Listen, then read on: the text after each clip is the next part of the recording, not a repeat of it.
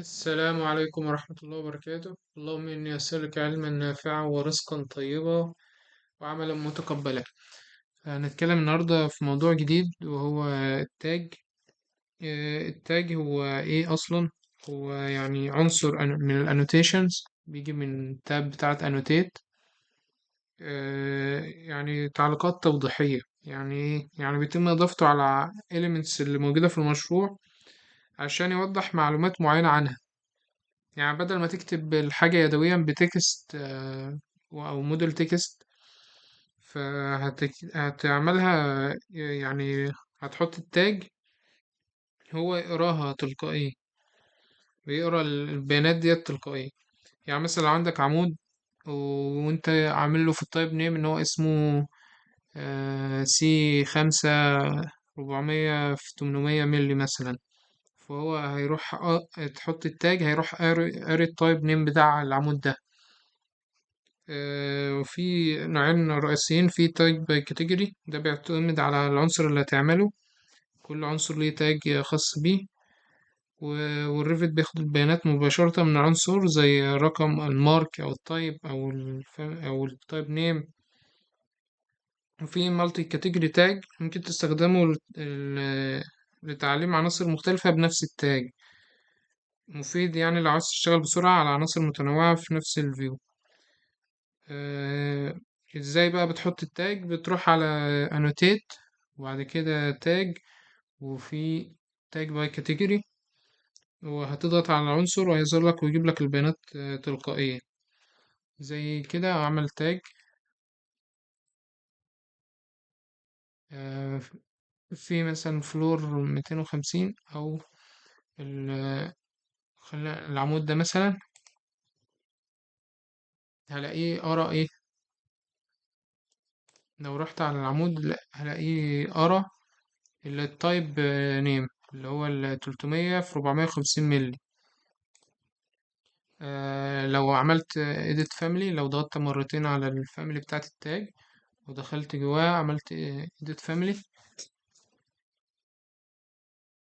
وبعدين رحت على الليبل وبعدين عملت edit label، الاقيه هو بيقرا التايب نيم وبعد كده المارك، وحاطط sample value واحد تي، وهنا في المارك واحد اي. ولو انا عاوز اغير مثلا ان هو يقرا comment مثلا ما يقراش تايب نيم، هودي ال remove parameter from label ديت، اضغط عليها وبعدين اجيب الكومنت، بعدين اقول له ودي الكومنتس، بعدين ارفعها فوق. هو كاتب sample value، بعدين اقول له load into project، اقول له ماشي في البروجكت ده. هلاقيه بيقول لي عايز اعمل له overwrite بس ولا overwrite على الفيرجن والبارامتر فاليو، اقول له ماشي overwrite على الفيرجن والبارامتر فاليو. الاقيه جاب لي علامة استفهام لان انا مش كاتب في العمود حاجة في الكومنتس بتاعته. فانا لو رحت على الكومنتس كتبت له العمود ده مثلا خليه مثلا سي، وعملت له بين قوسين مثلا 300 في 450، وكتبت ملي مثلا لو أنا بشتغل بالطريقة دي.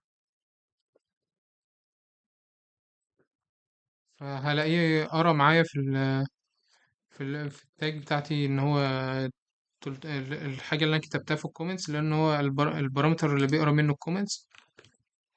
ولو جيت عملت تاج لحاجات تانية ديت عشان مش كاتب في العمود ده في الكومنتس بتاعته حاجة فما قراش. تاني حاجة لما باجي لو بصيت فوق هلاقي في هنا بيقول لي انت عاوز تيجي تعمل التاج، عاوزها horizontal ولا vertical، وعاوز لها leader ولا لأ، عاوزها attached end ولا free end. لو عملت free end فهلاقي بضغط ضغطة وبعد كده بختار هل هي تروح كده أو كده، وبعد كده عاوزة تيجي يمين أو شمال. أما لو attached end هو بتضغط ضغطة واحدة يروح عامل، أو برضو ساعة ما تيجي يعني هي بتبقى في فرق، انت عايز تستخدم الاتاتشد اند او فري اند، وعاوزها بليدر او لأ. آه، وفي ايه تاني ممكن لو انت برضو تستخدم الموضوع ده في المسطرة، انك تضغط مسطرة فيعملها vertical او horizontal. آه، في ايه تاني، احنا كده عرفنا ازاي نغير في البارامتر اللي هو يقرا منه، وعرفنا ايه الفكرة من التاج. في برضو ان انا ممكن اعمل تاج اول. لو عملت مثلا، خلينا بس نغير في ان العمود يقرا، نرجعه تاني يقرا من التايب نيم ديت ليبل، وخلي كومنتس ارجعها تايب نيم، اجيبها وارفعها فوق، اقول لود انتو بروجكت. تمام. بعد كده اقول له overwrite existing version and parameter. تمام.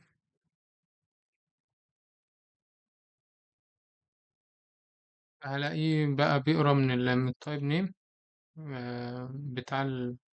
بتاع العمود.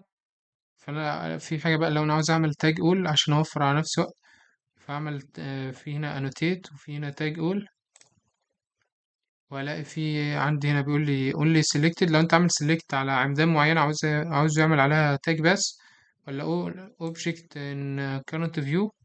فانا اختار all object in current view، والكاتيجوري بقى اللي انت عاوز تعمل لها تاج، عاوز عمدان ولا structure framing ولا structure foundation ولا كل الكاتيجوريز ديت موجودة قدامك. ممكن تختار، انا هختار structure column tag، ونوع التاج اللي انت عاوزها اللي هي الستراكشر تاج ديت، ولا عاوز اللي هي ام 45 درجة، عاوزها ليها ليدر ولا لأ، عاوزها horizontal ولا vertical،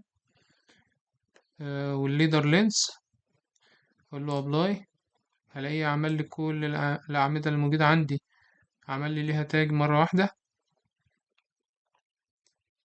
وكذلك نفس الموضوع في الكاميرات.